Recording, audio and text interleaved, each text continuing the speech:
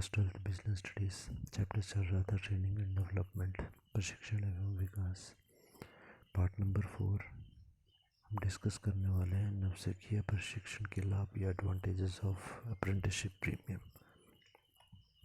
पहला पॉइंट है प्रशिक्षण लेने वाला। प्रशिक्षण लेने वाला मतलब जो कर्मचारी है, प्रशिक्षण अवधि में निर्वाह भत्ता उसे मिलता रहता है, जिससे उसकी कार्य में रुचि बनी रहती है।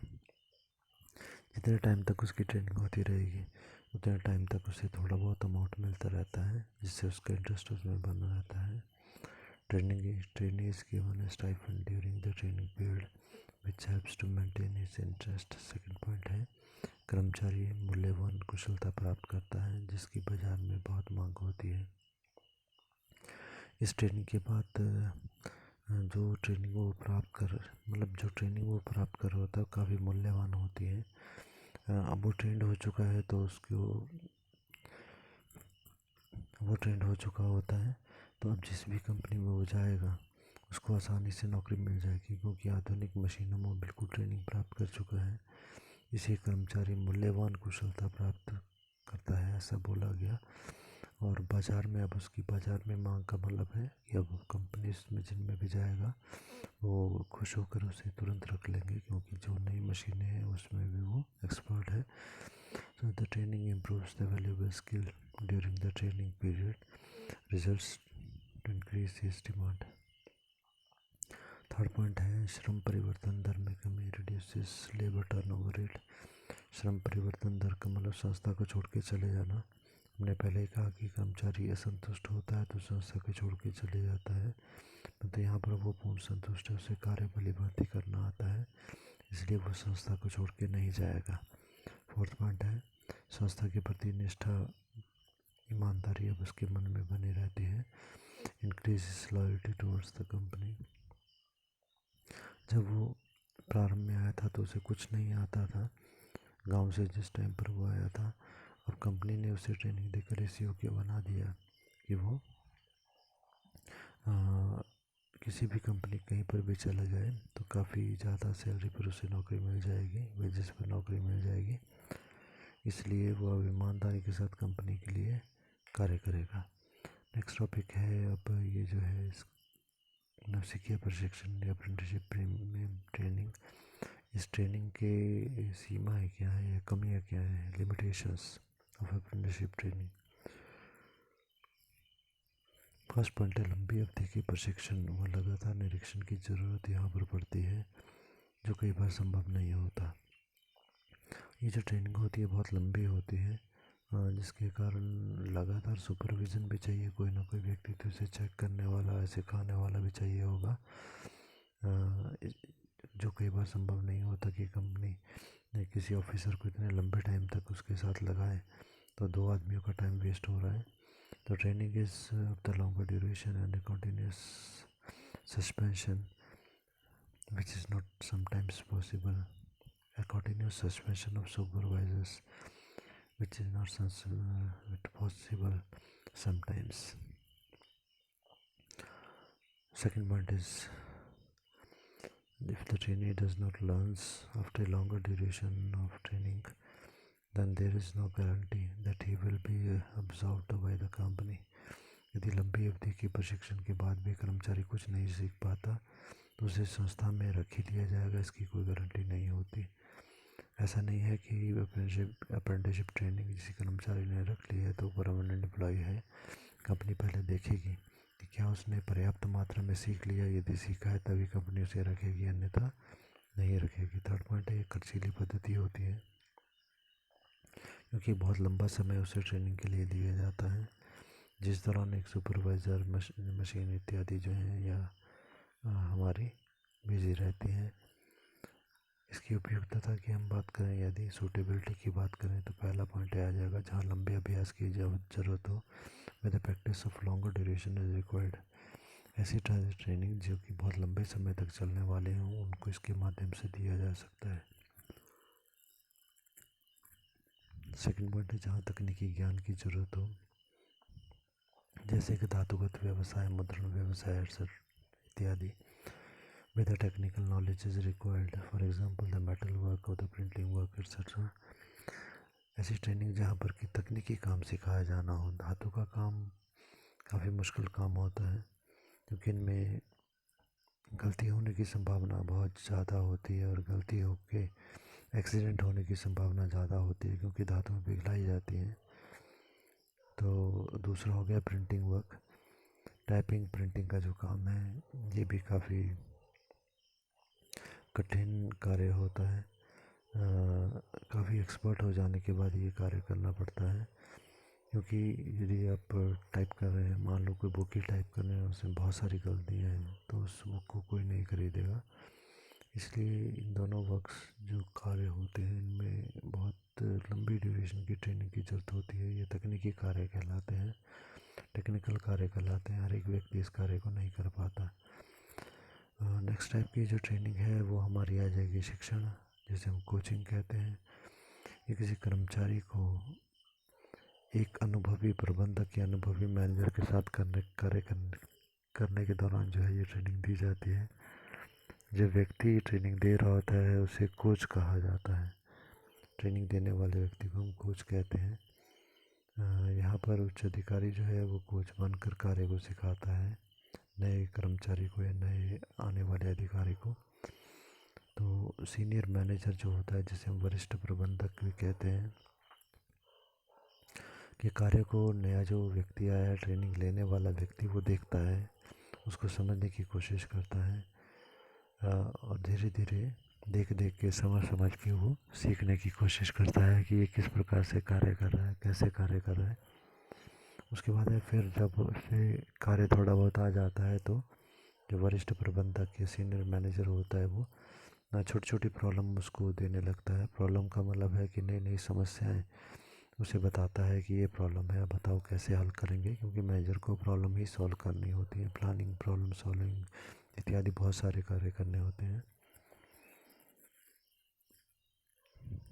तो थोड़ी सी ट्रेनिंग के बाद उसे सरल कार्य सिखाया जाता है, सरल कार्य दिया जाता है, छोटी मोटी समस्याएं सौंपी जाती हैं सॉल्व करने के लिए। और साथ साथ में ही उच्च अधिकारी जो होता है, ये सीनियर मैनेजर जो होता है, उसका मार्गदर्शन या गाइड भी उसको करता चलता है, इसको इस प्रकार से करना है। जब सीनियर मैनेजर को लगता है या वरिष्ठ प्रबंधक को ये लगता है कि वांछित निपुणता उसने प्राप्त कर ली, वांछित मतलब जितना हमको चाहिए, डिज़ायर्ड निपुणता मतलब एक्सपर्टीज, एक्सपर्ट बन गया है वो अपने कार्य में, तब उसे धीरे धीरे महत्वपूर्ण समस्याएं भी उसे दी जाती हैं, और उनका हल ढूंढने को उसे कहा जाता है। कभी कभी वरिष्ठ प्रबंधक जब अनुपस्थित हो जाता है, मतलब एब्सेंट होता है या किसी दिन नहीं आता है, तो पूरे विभाग का काम भी उसे करना पड़ता है। ऐसे धीरे धीरे वो पूरा काम करना सीख जाता है। अगली जो हमारी ट्रेनिंग आ जाएगी वो हमारी होती है संयुक्त प्रशिक्षण, जिसको हम इंटर्नशिप ट्रेनिंग बोलते हैं। तो इस संयुक्त प्रशिक्षण के लिए मैनेजर्स को जब ट्रेनिंग दी जाती है एग्जाम्पल के लिए, तो उन्हें सैद्धांतिक ज्ञान जो होता है, मतलब थ्योरी जो होती है, थ्योरेटिकल नॉलेज जो होती है, वो शिक्षण संस्थाओं में, एजुकेशन इंस्टीट्यूशंस में दी जाती है। जबकि व्यावहारिक ज्ञान का मतलब प्रैक्टिकल नॉलेज, प्रैक्टिकली जो काम करना है वो सीखने के लिए उन्हें व्यावसायिक संस्थाओं, मतलब जो कंपनियां होती हैं, बिजनेस करने वाली जो कंपनी है, उनमें कुशल विशेषज्ञों के माध्यम से, एक्सपर्ट जो हमारे होते हैं, उनके माध्यम से इन्हें ट्रेनिंग दी जाती है। यह विधि प्रबंधकों के पेशे की बारीकियों को समझने, पेचीदगियों को समझने में बहुत मदद करवाती है। इस विधि का लाभ यह है कि शिक्षा के दौरान प्रशिक्षण देकर विद्यार्थियों को ज्ञान में संतुलन स्थापित करना होता है। मतलब जब बच्चे एजुकेशन इंस्टीट्यूशन में पढ़ रहे हैं, तो उस टाइम के दौरान बच्चे पढ़ते भी हैं, तो उसके बाद में कुछ टाइम तक प्रैक्टिकल नॉलेज के लिए उनको वास्तविक परिस्थितियों में ले जाया जाता है, कंपनियों में ले जाया जाता है। ये इस विधि में एक कमी है कि वह केवल तकनीकी लोगों के लिए ही संभव है, प्रैक्टिकल जो काम सीख रहे हैं उनके लिए ही संभव है। इस विधि की उपयुक्तता में हम ये कह सकते हैं कि मैनेजर्स हो गए, वकालत करने वाले मतलब एडवोकेट जो बन रहे हैं वो हो गए, जो चिकित्सा क्षेत्र में है, मेडिकल फील्ड में जो है, और इंजीनियरिंग इत्यादि में जो है, ये सारे फील्ड्स के एग्जांपल हम लोग दे सकते हैं जहाँ पर कि इंटर्नशिप ट्रेनिंग जो है वो सूट करती है। उसके बाद में नेक्स्ट टॉपिक पर आते हैं जो हमारी है प्रस्तुतिकरण या फिर प्रशिक्षण या फिर इंडक्शन ट्रेनिंग।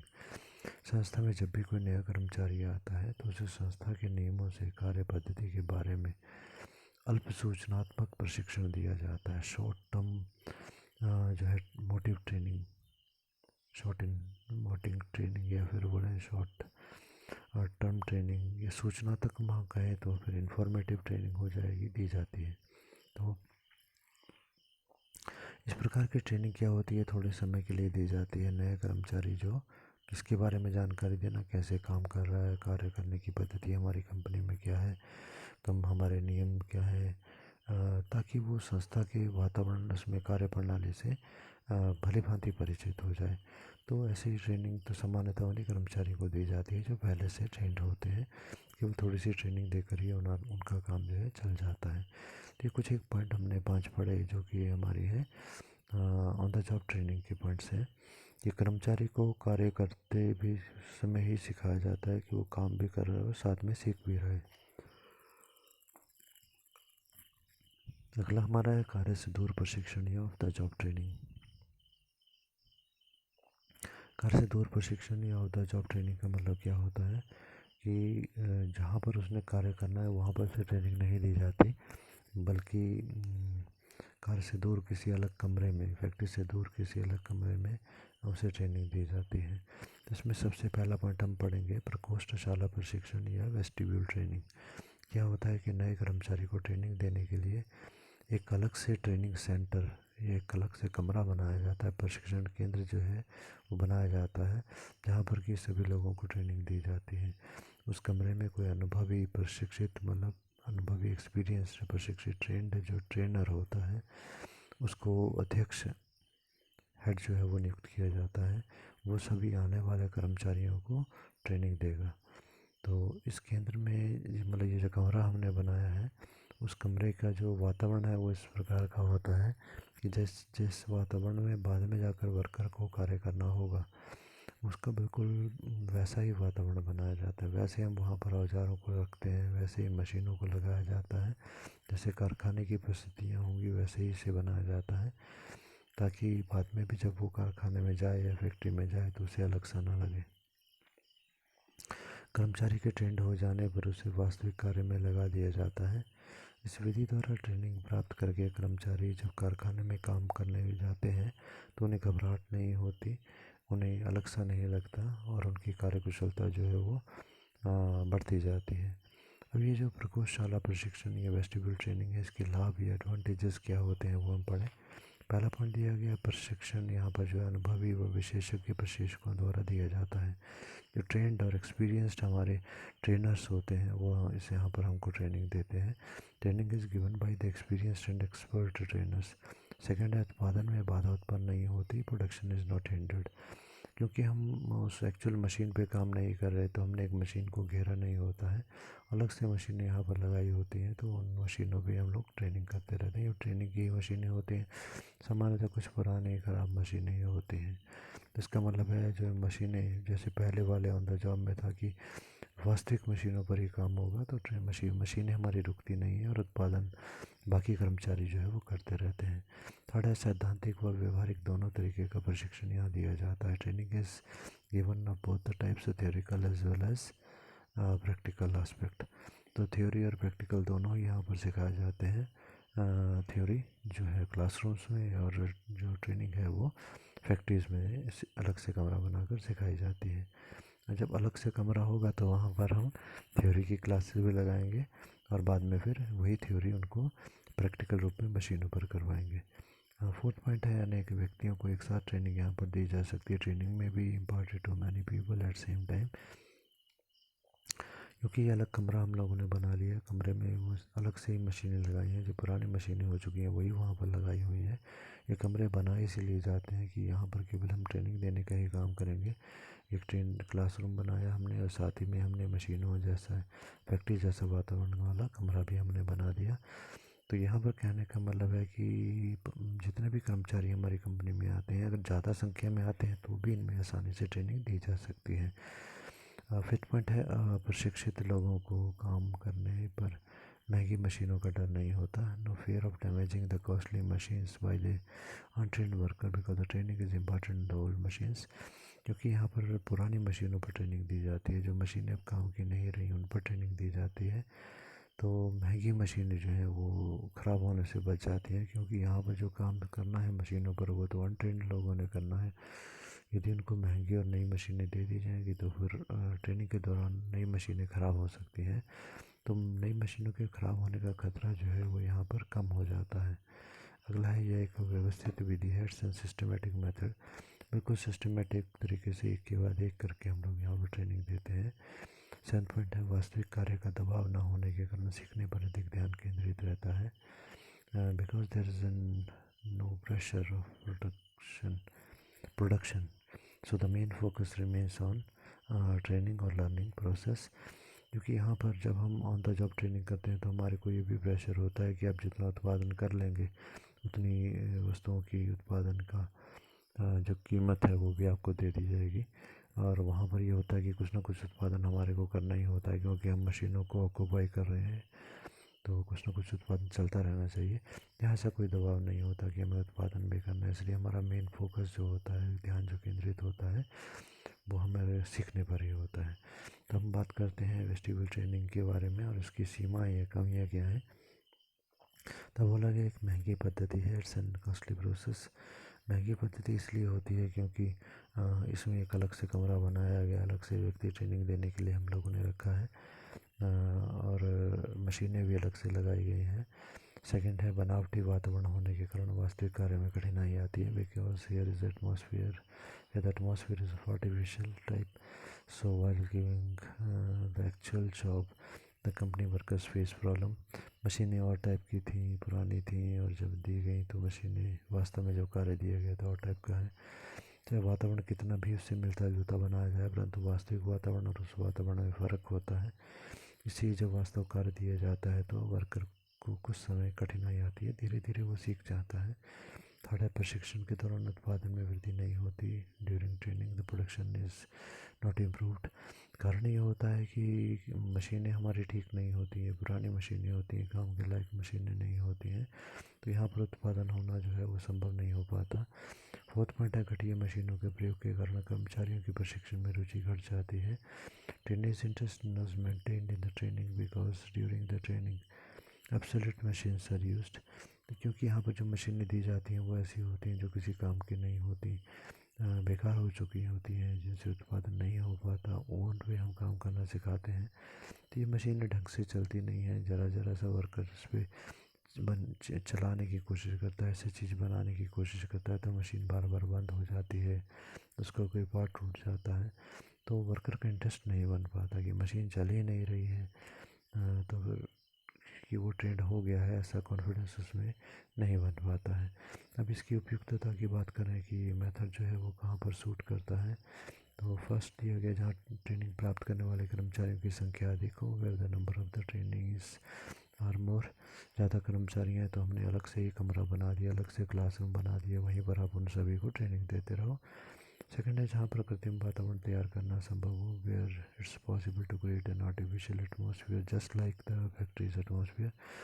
हमें लगता है कि एक ऐसा ही अलग कमरे में एक अलग से वातावरण हम बना सकते हैं जहाँ पर कि फैक्ट्री जैसा वातावरण हम बना सकें, वैसे ही औजार रखे जाएँ, वैसे ही मशीनें रखी जाएँ, पूरा वैसे ही वो लगे। थर्ड पॉइंट है जहाँ पर कि सैद्धांतिक व व्यवहारिक दोनों तरीके के प्रशिक्षण की आवश्यकता हो, where both the theoretical and the practical aspects of the training is required. जहाँ हमें थ्योरी भी पढ़ानी है तो क्लासरूम भी वहीं पर साथ में होगा, और प्रैक्टिकल पार्ट भी सिखाना है तो मशीनें भी हमने लगाई हैं जहाँ पर हम प्रैक्टिकल पार्ट भी सीख सकते हैं।